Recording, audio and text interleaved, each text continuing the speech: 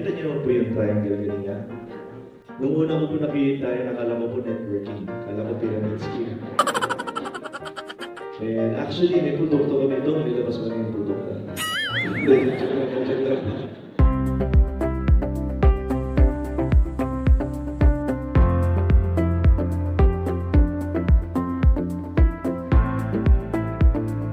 There's no other deeper foundation or anchor para palakasin yung relationship ninyong mag-asawa, kundi sa pagkakaroon ng relationship sa Panginoong Diyos.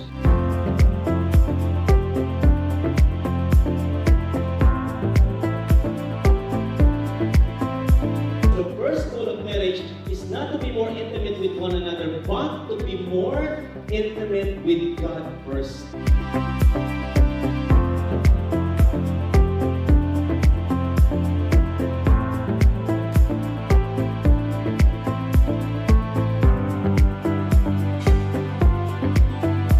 If you want your marriage to work, don't listen to people, listen to God. And God has good intentions for you. Nung kinasal tayo, He is involved in our marriage. At nangako siya, hindi niya kayo iiwan, hindi niya kayo papabayaan.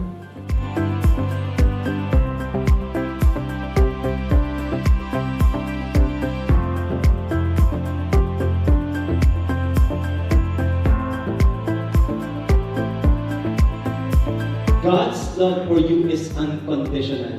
Mahal ka niya. In fact, wala kang pwedeng gawin para madagdagan ang pag-ibig sa iyo ng Panginoon at wala ka rin pwedeng gawin para mabawasan ang pag-ibig sa iyo ng Diyos. It is a perfect love. It is unconditional love.